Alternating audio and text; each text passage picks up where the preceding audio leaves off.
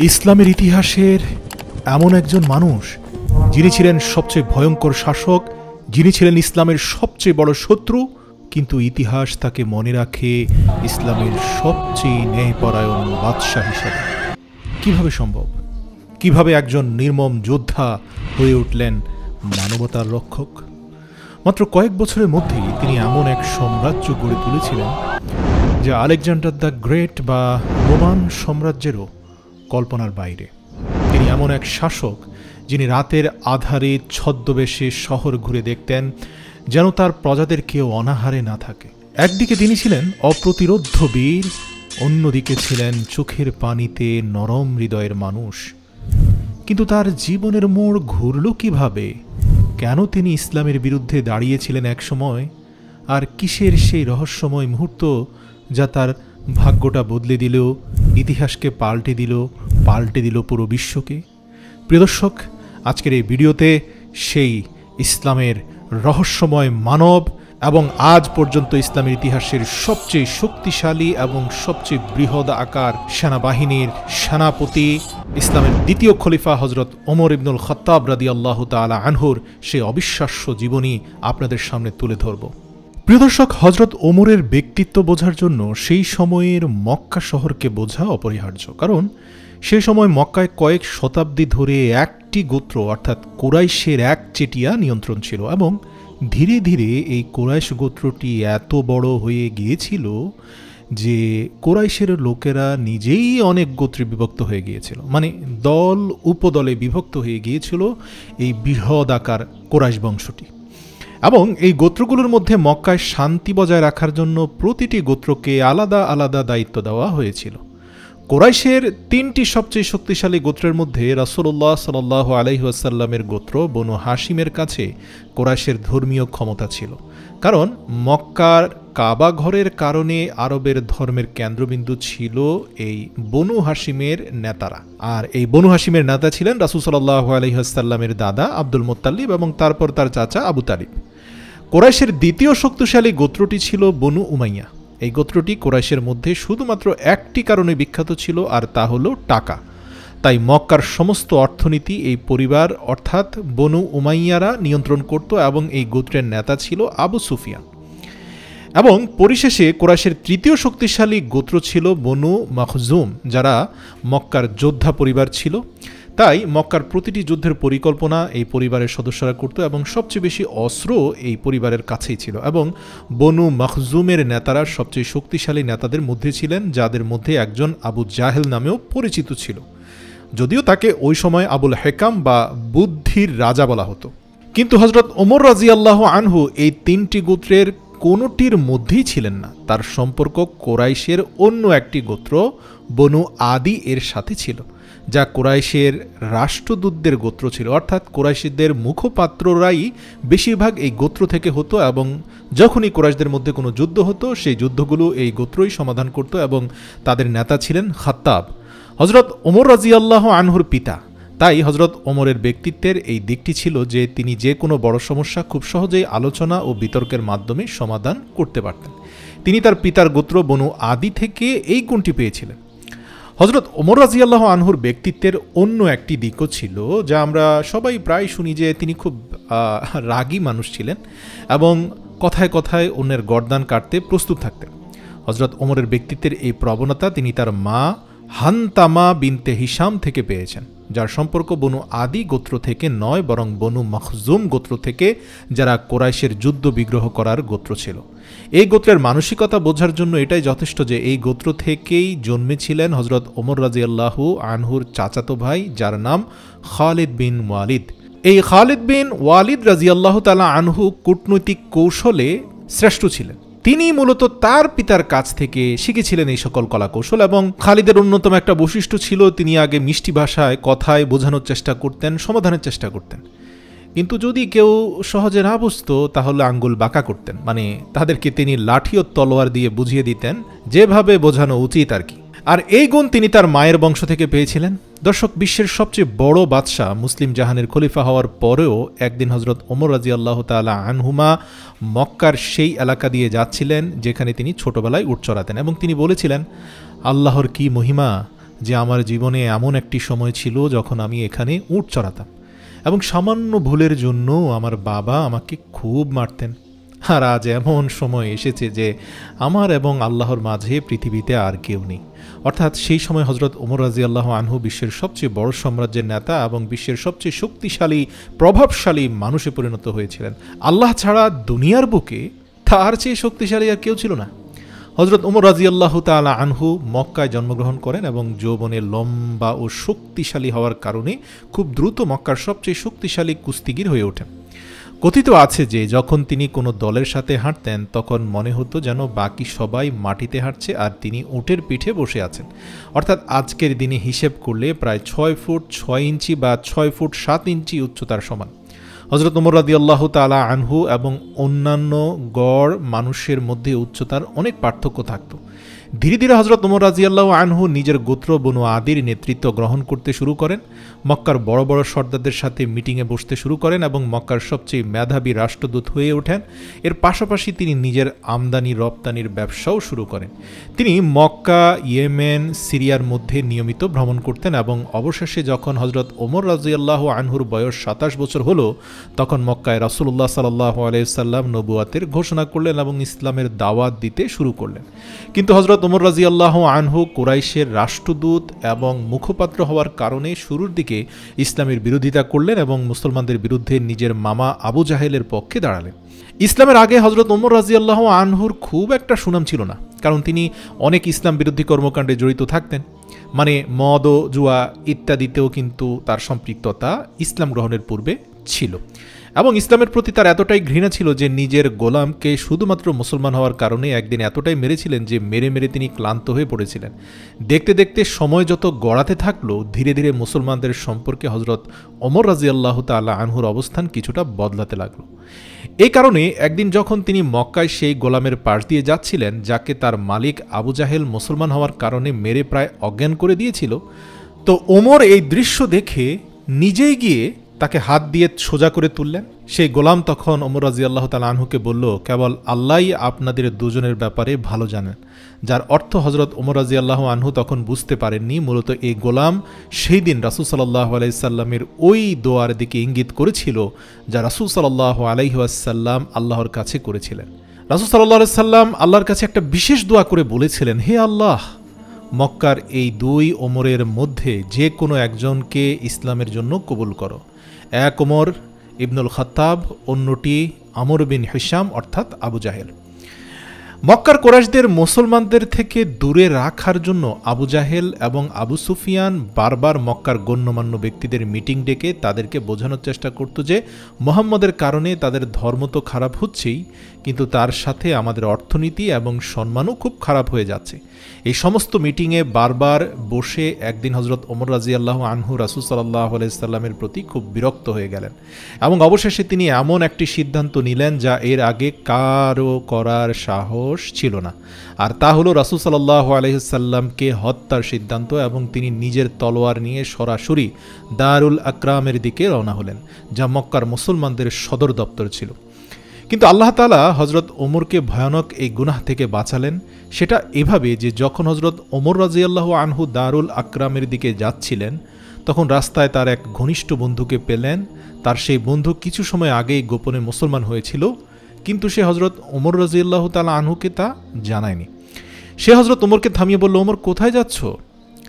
ওমর রাদিয়াল্লাহু তাআলা আনহু তার উদ্দেশ্যে বললেন, আমি মুহাম্মদকে হত্যা করতে যাচ্ছি। তখন সেই লোকটি খুব ভয় পেয়ে গেল। সে ওমর রাদিয়াল্লাহু তাআলা আনহুকে বলল, হে ওমর, রাসূল সাল্লাল্লাহু আলাইহি সাল্লামের কাছে যাওয়ার আগে নিজের ঘরের খবর তো নাও। এই কথা শুনে হজরত ওমর রাদিয়াল্লাহু আনহু সব বুঝতে পারলেন এবং সরাসরি তার বোনের বাড়ির দিকে রওনা হলেন। ওমর রাদিয়াল্লাহু আনহুর বোন তার স্বামী সাইদ বিন জায়েদের কারণে আগেই মুসলমান হয়েছিলেন। সাইদ বিন জায়েদ হজরত ওমরের বোনের স্বামী হওয়ার পাশাপাশি তার চাচাতো ভাইও ছিলেন এবং তার চাচা রাসূলুল্লাহর নবুয়াতের আগেই মক্কার ধর্ম ত্যাগ করেছিলেন এবং সর্বদা মক্কার ধর্মের বিরুদ্ধে কথা বলতেন। তিনি বলতেন, যখন আমরা সবাই জানি যে ইব্রাহিম আলাইহিসসালাম এক আল্লাহর ইবাদত করতেন এবং তার দ্বিতীয় পুত্র ইসহাকের বংশধররাও এক আল্লাহর ইবাদত করত, তবে আমরা ইসমাইলের বংশধর হয়ে এতগুলো ঈশ্বর কোথা থেকে আনলাম? তো যাই হোক, হজরত ওমর যখন বোনের বাড়িতে গিয়ে তার বোনের জামাইয়ের কোরআন তালাওয়াত শুনলেন, সাথে সাথে ঘরের ভেতরে গিয়ে সাইদ বিন জায়েদকে মারতে শুরু করলেন। তার বোন ফাতিমা নিজের স্বামীকে বাঁচানোর চেষ্টা করলেও রাগান্বিত এবং শক্তিশালী ওমরের কাছে পাত্তা পেল না, যার ফলে তার শরীর থেকে রক্ত ঝরতে থাকে। নিজের বোনের রক্ত দেখে হজরত ওমরের মনে অবশেষে একটি পরিবর্তন আসে এবং তিনি জিজ্ঞেস করেন, হে ওমর, তুমি কি মানুষ থেকে পশুতে রূপান্তরিত হয়ে যাচ্ছ না? তুমি কি কিছুটা সময় নিজেকে শান্ত করতে পারো না? অর্থাৎ নিজেকে নিজেই এই কথাগুলো বলতে থাকলেন। অতঃপর নিজের ভেতরের রাগ নিজের বিবেক দ্বারা কিছুটা শান্ত করলেন। ঠান্ডা মাথায় বললেন, তোমরা আসলে কি পড়ছিলে? আমাকে সেটা দেখাও, এতে কি লেখা আছে? ভয়ে ভয়ে ওমরের বোনের জামাতা এবং বোন অবশেষে কালেমা শরীফ পাঠ করে তাকে শোনালেন। হজরত ওমরের হৃদয়ে লা ইলাহা ইল্লাল্লাহু মুহাম্মাদুর রাসূলুল্লাহ সাল্লাল্লাহু আলাইহি ওয়াসাল্লাম এই কালেমাটি একটা শক্তিশালী তীরের মতো গিয়ে হৃদয়ের গভীরে গিয়ে বেঁধে গেল। এমন এক তীর যা কোনো অপারেশনের মাধ্যমেও কলব থেকে বের করা সম্ভব নয়।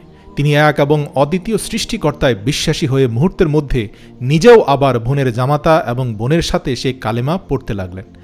আর নিজের বোনকে কিছুক্ষণ আগে যে রক্তাক্ত করেছিলেন তাকে এবং তার বোনের জামাইকে জড়িয়ে ধরে ক্ষমা চাইলেন। ইসলাম গ্রহণের পর তিনি আবার দারুল আকরামের দিকে রওনা হন। তবে সেখানে তখনও কেউ জানত না যে হজরত ওমর রাদিয়াল্লাহু তাআলা আনহু ইসলাম গ্রহণ করেছেন। যখন তারা হজরত ওমর রাদিয়াল্লাহু তাআলা আনহুকে হাতে তলোয়ার নিয়ে আসতে দেখেন, তখন কিছু মুসলমান ভয় পেয়ে যান। কিন্তু হজরত হামজা রাদিয়াল্লাহু তাআলা আনহু বলেন, ওমরকে আসতে দাও, যদি তার উদ্দেশ্য ভালো হয় তাহলে ঠিক আছে, কিন্তু যদি তার উদ্দেশ্য সঠিক না হয় তবে আমি তার তলোয়ার দিয়ে তার গর্দান উড়িয়ে দেব। উল্লেখ্য আপনাদের জানিয়ে দেই যে ওমর যদি ঘাটতাড়া হয় তাহলে হামজা রাদিয়াল্লাহু তাআলা আনহু ছিলেন ঘাটতাড়ার বাপ। হজরত ওমর রাদিয়াল্লাহু তাআলা আনহু ভেতরে গেলে রাসূল সাল্লাল্লাহু আলাইহি সাল্লাম তাকে জিজ্ঞেস করলেন, ওহে ওমর, এখনও কি সময় হয়নি তোমার হৃদয়ে প্রবেশ করা সেই কালেমার প্রকাশ করতে? ওহে ওমর, এখনই কি তোমার হৃদয়ে সেই কালেমা পৌঁছায়নি? এখনই কি হৃদয়ের গভীর থেকে কোনো শব্দ শুনতে পাও না? এর উত্তরে হজরত ওমর রাদিয়াল্লাহু তাআলা আনহু রাসূল সাল্লাল্লাহু আলাইহি ওয়াসাল্লাম এবং অন্যান্য সকল মুসলমানের সামনে চোখের পানি ছেড়ে দিয়ে কালেমা পড়তে থাকেন, যার ফলে সেখানে উপস্থিত সকল মানুষ উচ্চস্বরে আল্লাহু আকবার ধ্বনি দিতে থাকে। এটা ছিল ইসলামের ইতিহাসে এক অলৌকিক ঘটনা যা সম্পূর্ণ রুহানি জগতে ঘটেছে। অনেক সূত্র অনুযায়ী এটি ছিল নবুয়তের ৬ষ্ঠ বছর এবং হজরত ওমর রাদিয়াল্লাহু তাআলা আনহুর বয়স ছিল তখন ৩২ বা ৩৩ বছর। হজরত ওমরের ইসলাম গ্রহণের পর মুসলমানদের সংখ্যা ৫০-এ দাঁড়ায়, যার মধ্যে ৪০ জন পুরুষ এবং ১০ জন মহিলা সাহাবী ছিলেন। হজরত ওমরের ইসলাম গ্রহণের পর মুসলমানদের অবস্থার ব্যাপক পরিবর্তন ঘটে, কারণ এর আগে যারা ইসলাম গ্রহণ করেছিলেন তারা অধিকাংশই দুর্বল ছিলেন আর তাই গোপনে ইসলাম গ্রহণ করতেন। কিন্তু হজরত ওমরের ইসলাম গ্রহণের পর তিনি সরাসরি তার মামা আবু জাহেলের বাড়িতে গিয়ে তাকে জানান যে তিনি ইসলাম গ্রহণ করেছেন। এতে আবু জাহেল বলেন, এটা হতেই পারে না যে তোমার মতো লোক ইসলাম গ্রহণ করবে, কারণ হজরত ওমরের আগের জীবন ছিল ইসলামের সম্পূর্ণ বিপরীত। এরপর হজরত ওমর রাদিয়াল্লাহু তাআলা আনহু সোজা জামিল বিন মামুরের কাছে যান এবং তাকেও তার মুসলমান হওয়ার কথা জানান। আচ্ছা, এই জামিল বিন মামুরের একটু পরিচয় দেই। তিনি এমন একজন লোক ছিলেন যার পেটে বেশি সময় কোনো কথা থাকতো না। তাকে আপনি ওই সময়ের মিডিয়া সেল বলতে পারেন, মানে তার কাছে কোনো একটা শব্দ বলা মানে পুরো কুরাইশদের কাছে দ্রুত সেটা ছড়িয়ে পড়া। তাই যখন তিনি এত বড় খবর জানতে পারলেন তখন তিনি সোজা দৌড়ে গিয়ে মক্কার অলিতে গলিতে ঘোষণা করতে থাকলেন, মানে এটা তার অভ্যেস ছিল। সে বলতে থাকলো, ওমর আমাদের ধর্ম ত্যাগ করেছে। হজরত ওমরের আগে মুসলমানরা মক্কায় লুকিয়ে লুকিয়ে নামাজ পড়ত, কিন্তু হজরত ওমরের ইসলাম গ্রহণের পর সব মুসলমান সবার সামনে প্রকাশ্যে নামাজ পড়তে শুরু করে এবং এমনকি তারা কাবার ভেতরে গিয়েও নামাজ আদায় করতে থাকে। এরপর হজরত ওমর রাদিয়াল্লাহু তাআলা আনহু তার জীবন রাসূল সাল্লাল্লাহু আলাইহি সাল্লাম ও ইসলামের জন্য উৎসর্গ করেন এবং এর কিছুদিন পর মুসলমানদের সঙ্গে মক্কায় তার পরিবারও সমস্ত ক্ষমতা ছেড়ে মদিনার দিকে হিজরত করেন। মদিনায় এসে রাসূল সাল্লাল্লাহু আলাইহি ওয়াসাল্লাম মক্কার মুহাজিরদের যাদের কোনো ঘর বা ব্যবসা ছিল না তাদের প্রত্যেকে একজন আনসারের ঘরে পুনর্বাসন করেন। হজরত ওমর রাদিয়াল্লাহু তাআলা আনহুও একজন আনসারের সঙ্গে বসবাস করতে শুরু করেন। তারা তাদের সময় এমনভাবে ভাগ করে নেন যে একদিন সেই সাহাবী রাসূল সাল্লাল্লাহু আলাইহি ওয়াসাল্লামের খেদমতে হাজির হতেন এবং হজরত ওমর তাদের ব্যবসা সামলাতেন, আর পরের দিন হজরত ওমর রাসূল সাল্লাল্লাহু আলাইহি ওয়াসাল্লামের কাছে যেতেন এবং সেই সাহাবী ব্যবসা চালাতেন। হজরত ওমরের হিজরতের মাত্র 2 বছর পর বদরের যুদ্ধে হজরত ওমর রাদিয়াল্লাহু তাআলা আনহু হজরত হামজা রাদিয়াল্লাহু তাআলা আনহুর নেতৃত্বে যুদ্ধে অংশ নেন। যুদ্ধ জয়ের পর হজরত ওমরের মতামত ছিল যে আমাদের বন্দীদেরকে হত্যা করা উচিত, কিন্তু রাসূল সাল্লাল্লাহু আলাইহি সাল্লাম ও আবু বকর রাদিয়াল্লাহু তাআলা আনহুর মতামত ছিল এর বিপরীত। কিন্তু এরপর কোরআনের একটি আয়াত নাজিল হয় যেখানে স্পষ্টভাবে হজরত ওমর রাদিয়াল্লাহু তাআলা আনহুর মতামতকে প্রাধান্য দেওয়া হয়। এই সিদ্ধান্ত এবং অন্যান্য কিছু সিদ্ধান্তের কারণে হজরত ওমরের নাম আল ফারুক রাখা হয়, যার অর্থ সত্যকে চিনতে পারা, সত্যের পক্ষে থাকা। বদরের যুদ্ধের 1 বছর পর উহুদের যুদ্ধ এবং তারপর খন্দকের যুদ্ধেও হজরত ওমর রাদিয়াল্লাহু তাআলা আনহু মুসলমানদের সেনাদলে ছিলেন। এরপর হুদায়বিয়ার সন্ধির সময় রাসূল সাল্লাল্লাহু আলাইহি সাল্লাম হজরত ওমর রাদিয়াল্লাহু তাআলা আনহুকে মক্কাবাসীদের সঙ্গে চুক্তি করতে বলেন, কিন্তু হজরত ওমর রাদিয়াল্লাহু তাআলা আনহু পরামর্শ দেন যে তার পরিবর্তে হজরত ওসমান রাদিয়াল্লাহু তাআলা আনহুকে পাঠানো হোক, কারণ এখন আবু জাহেল মারা গেছেন এবং তারপরে মক্কার নতুন শক্তিশালী সর্দার হলেন আবু সুফিয়ান, যিনি হজরত ওসমান রাদিয়াল্লাহু তাআলা আনহুর গোত্রের লোক। এরপর মক্কাবাসীরা মুসলমানদের সামনে এমন একটি চুক্তি রাখে যা দেখে মনে হচ্ছিল মুসলমানরা এই চুক্তিতে স্বাক্ষর করলে বিরাট ভুল করবে। কিন্তু রাসূল সাল্লাল্লাহু আলাইহি ওয়াসাল্লাম সাহাবীদের মতামত উপেক্ষা করে এই চুক্তিতে সিলমোহর দেন। এতে কয়েকজন সাহাবী খুবই বিভ্রান্ত ও অসন্তুষ্ট হন। তাদের মধ্যে একজন ছিলেন হজরত ওমর রাদিয়াল্লাহু তাআলা আনহু। তিনি সোজা রাসূলুল্লাহ সাল্লাল্লাহু আলাইহি সাল্লামের কাছে গিয়ে জিজ্ঞাসা করেন, আপনি কি সত্য নবী নন? রাসূলুল্লাহ সাল্লাল্লাহু আলাইহি সাল্লাম বলেন, অবশ্যই। তখন হজরত ওমর রাদিয়াল্লাহু তাআলা আনহু বলেন, আমাদের শত্রুরা কি কাফির নয়? রাসূল সাল্লাল্লাহু আলাইহি সাল্লাম বললেন, অবশ্যই। তখন হজরত ওমর রাদিয়াল্লাহু তাআলা আনহু বলেন, তাহলে কেন আমরা তাদের প্রতিটি কথা মেনে নিচ্ছি? কেন আমরা তাদের সামনে দুর্বল ও অসহায় হয়ে যাচ্ছি? রাসূলুল্লাহ সাল্লাল্লাহু আলাইহি সাল্লাম বলেন, আমি আল্লাহর রাসূল এবং আমি আল্লাহর নির্দেশের বিরুদ্ধে কোনো কাজ করি না। এতে হজরত ওমর রাদিয়াল্লাহু তাআলা আনহু চুপ হয়ে গেলেন, আর বাকবিতণ্ডায় জড়িত হলেন না। এরপর পরবর্তী কয়েক বছরে যখন তিনি দেখলেন যে বহু মানুষ সেই চুক্তির কারণে ইসলামের দিকে আসতে শুরু করেছে, তখন তিনি রাসূল সাল্লাল্লাহু আলাইহি সাল্লামের সিদ্ধান্তের গুরুত্ব বুঝতে পারেন এবং সব সময় তার এই কথার জন্য আল্লাহর কাছে ক্ষমা চাইতে থাকেন। এরপর ইসলাম এত দ্রুত ছড়িয়ে পড়তে থাকে যে হজরত ওমরের গোত্রের তার কাজিন মানে তার মামাতো ভাই খালিদ বিন ওয়ালিদ রাদিয়াল্লাহু তাআলা আনহু ইসলাম গ্রহণ করেন। এরপর থেকে তিনি সবসময় হজরত ওমরের সাথে প্রতিটি সিদ্ধান্ত এবং প্রতিটি যুদ্ধে সাথী ছিলেন। এমনকি তিনি হজরত ওমরের কন্যা হজরত হাফসাকে বিয়েও করেন। মক্কা বিজয়ের পর তাবুকের যুদ্ধের সময় হজরত ওমর রাদিয়াল্লাহু তাআলা আনহু আল্লাহর পথে মুসলমান সৈন্যদের জন্য তার সমস্ত সম্পদের অর্ধেক দান করেন। তাবুকের যুদ্ধের কিছু বছর পর রাসূল সাল্লাল্লাহু আলাইহি সাল্লাম এই দুনিয়া থেকে বিদায় নেন। এই খবর হজরত ওমরের কাছে পৌঁছালে তিনি এতটাই হতবাক হন যে তিনি বিশ্বাসই করতে পারছিলেন না যে এটা কিভাবে হতে পারে। তখন তিনি মসজিদে নববীতে দাঁড়িয়ে তলোয়ার বের করে বলেন, যে বলবে রাসূল সাল্লাল্লাহু আলাইহি সাল্লাম মারা গেছেন, আমি তার গর্দান উড়িয়ে দেব। কারণ রাসূল সাল্লাল্লাহু আলাইহি সাল্লাম সবসময় বলতেন একদিন মুসলমানরা রোমান ও পারস্য উভয় সাম্রাজ্যকে জয় করবে। তাই রাসূলুল্লাহ সাল্লাল্লাহু আলাইহি সাল্লাম কিভাবে এসব না করে দুনিয়া থেকে বিদায় নিতে পারেন? কিন্তু হজরত ওমর রাদিয়াল্লাহু তাআলা আনহু জানতেন না যে আল্লাহ একদিন তার হাতেই এই দুটি সাম্রাজ্য জয় করাবেন। হজরত ওমর রাদিয়াল্লাহু তাআলা আনহু জানতেন না যে এই অসমাপ্ত কাজ আল্লাহ তাআলা ওমরের উপর সমর্পণ করবেন। যখন মসজিদে নববীতে সবাই বিভ্রান্ত ও হতবাক হয়ে যাচ্ছিলেন ওমরের এসব কথায়, তখন আবু বকর রাদিয়াল্লাহু তাআলা আনহু মিম্বারে উঠে সবাইকে বোঝান যে রাসূল সাল্লাল্লাহু আলাইহি সাল্লামের পর আমাদের মিশন শেষ হয়নি, বরং এখন আমাদের আসল মিশন শুরু হয়েছে। রাসূল সাল্লাল্লাহু আলাইহি সাল্লামের ইন্তেকালের পর মদিনার কিছু লোক নিজেদের নতুন বাদশা নির্বাচন করতে শুরু করে। তখন হঠাৎ হজরত ওমর রাদিয়াল্লাহু তাআলা আনহু ও আবু বকর রাদিয়াল্লাহু তাআলা আনহু সেখানে পৌঁছান।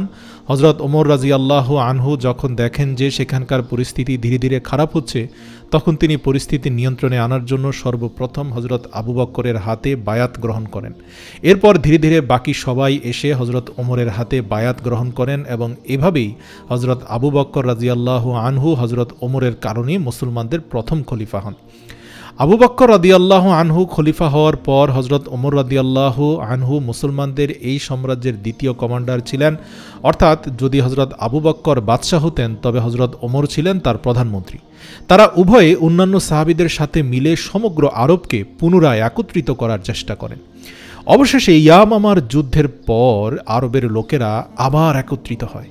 কিন্তু এই যুদ্ধে বহু হাফেজে কোরআন শহীদ হওয়ার কারণে এই আশঙ্কা দেখা দেয় যে কোরআনের বিষয়ে মুসলমানদের মধ্যে মতবিরোধ দেখা দিতে পারে।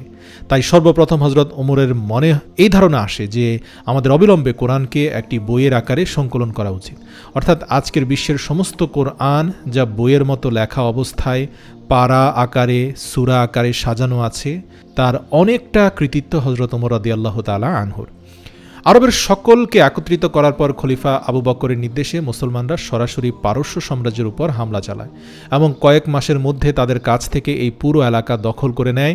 পারস্য সাম্রাজ্যের উপর হামলার পাশাপাশি মুসলমানরা একই সময়ে রোমান সাম্রাজ্যের উপরও হামলা চালায়। কিন্তু পারস্য সাম্রাজ্যকে কবজা করতে পারলেও রোমান সাম্রাজ্যকে খুব সহজে মুসলমানরা কবজা করতে পারছিল না। এর কারণ ছিল রোমানদের যুদ্ধ কৌশল ও অত্যাধুনিক অস্ত্র। খালিদ বিন ওয়ালিদ রাদিয়াল্লাহু তাআলা আনহু রোমান সাম্রাজ্যে ছিলেন না, তিনি ছিলেন পারস্য সাম্রাজ্যে। তাই হযরত আবু বকর রাদিয়াল্লাহু তাআলা আনহু খালিদ বিন ওয়ালিদ রাদিয়াল্লাহু তাআলা আনহুর কাছে একটি চিঠি পাঠান যাতে তিনি তার সেনাবাহিনী নিয়ে সরাসরি রোমান সাম্রাজ্যের দিকে যান। খালিদ বিন ওয়ালিদ রাদিয়াল্লাহু তাআলা আনহু সেখানে পৌঁছানো মাত্রই খুব দ্রুত রোমান সাম্রাজ্যের সমস্ত এলাকা দখল করতে শুরু করেন এবং অবশেষে তিনি রোমান সাম্রাজ্যের প্রধান শহর দামেস্ককে চারদিক থেকে ঘিরে ফেলেন। এখন মুসলমানদের এই সাম্রাজ্য পরিচালনায় হজরত আবু বকর ও হজরত ওমরের মতামত প্রায় সব সময় একই থাকত, শুধুমাত্র একটি বিষয় ছাড়া, এবং এই বিষয়টি পরবর্তীতে একটি অত্যন্ত বিতর্কিত বিষয়ে পরিণত হয়েছিল। আর সেই বিষয়টি ছিল খালিদ বিন ওয়ালিদ রাদিয়াল্লাহু তাআলা আনহুকে কিভাবে পরিচালনা করা যায়। কারণ খালিদ বিন ওয়ালিদ রাদিয়াল্লাহু তাআলা আনহু এখন পর্যন্ত সমস্ত সিদ্ধান্ত নিজেই নিতেন এবং সব কিছু করার পরেই মদিনায় চিঠি পাঠাতেন। হযরত ওমর রাদিয়াল্লাহু আনহুর কাছে খালিদ বিন ওয়ালিদের এই অভ্যেস মোটেও ভালো লাগতো না।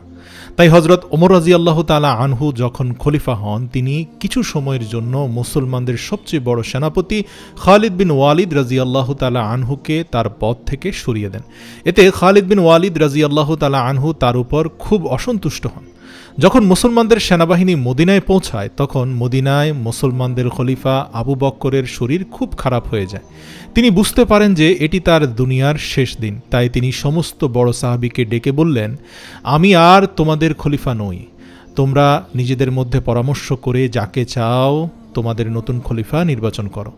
এতে সাহাবীরা কিছুক্ষণ ভেবে হযরত আবু বকর রাদিয়াল্লাহু তাআলা আনহুকে বলেন, এই কাজ আমরা আপনার উপর অর্পণ করি, আপনি যাকে উপযুক্ত মনে করেন তাকেই মুসলমানদের খলিফা বানান। তখন হযরত আবু বকর রাদিয়াল্লাহু তাআলা আনহু বড় বড় সাহাবীদের মধ্য থেকে একজনকে ডেকে তাকে জিজ্ঞাসা করেন যে ওমর সম্পর্কে তোমার মতামত কি?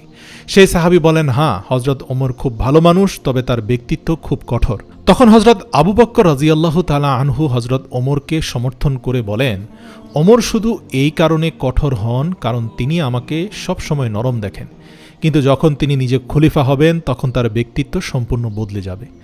এভাবেই হযরত আবু বকর রাদিয়াল্লাহু তাআলা আনহু একে একে সমস্ত সাহাবীদের জিজ্ঞাসা করার পর হযরত আবু বকর রাদিয়াল্লাহু তাআলা আনহু অসুস্থ অবস্থায় হযরত ওসমান রাদিয়াল্লাহু তাআলা আনহুকে তার কাছে ডেকে বলেন, লেখো, আমি খলিফা আবু বকর, আমার পরে মুসলমানদের নতুন খলিফা। এই কথা বলতে বলতে হঠাৎ তার শরীর অনেক খারাপ হয়ে যায় এবং তিনি অজ্ঞান হয়ে যান। তখন হযরত ওসমান রাদিয়াল্লাহু তাআলা আনহু এর পরে সেখানে ওমরকে মনোনীত করছি এই কথাটা নিজ থেকেই লিখে দেন।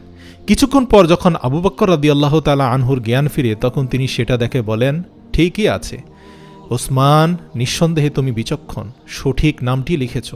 এবং সমস্ত বড় বড় সাহাবীকে ডেকে বলেন, আমি যাকে খলিফা বানাবো তোমরা কি সবাই তাকে মেনে নেবে? তখন তারা সবাই বলেন হ্যাঁ। তখন হযরত আবু বকর রাদিয়াল্লাহু তাআলা আনহু বলেন, আমি আমার পরে আমার ছেলেকে বা আমার পরিবারের কোনো সদস্যকে খলিফা বানাচ্ছি না, বরং আমি তাকে খলিফা বানাচ্ছি যাকে আমি সবচেয়ে যোগ্য মনে করি, এবং তিনি হলেন ওমর ইবনুল খাত্তাব রাদিয়াল্লাহু তাআলা আনহু। আধুনিক গণতন্ত্র ছাড়া বিশ্বের সমস্ত ইতিহাস যদি দেখা যায়, তবে এমন খুব কমই দেখা গেছে যে কোনো বাদশাহের মৃত্যুর পর তার ছেলে বা তার পরিবারের কেউ বাদশাহ হয়নি। হযরত ওমর রাদিয়াল্লাহু তাআলা আনহুর ইসলাম গ্রহণের পর মক্কায় মুসলমানদের অবস্থার যেভাবে পরিবর্তন হয়েছিল, ঠিক একইভাবে তার খলিফা হওয়ার পর পুরো বিশ্বের ইতিহাস চিরতরে বদলে যেতে থাকে। কারণ পরবর্তী কয়েক বছরে হযরত ওমর রাদিয়াল্লাহু তাআলা আনহু এমন এক বিশাল সাম্রাজ্য গড়ে তোলেন যা এর আগে পৃথিবীতে কারও ছিল না। এবং এই সাম্রাজ্য জয়ের পর সেখানে তিনি এমন এক শাসন ব্যবস্থা চালু করেন যে 1400 বছর পরে আজও সেই সমস্ত অঞ্চলে মুসলমানদের শাসনই অব্যাহত রয়েছে, শুধুমাত্র একটি ছোট অঞ্চল ছাড়া, ইসরায়েল।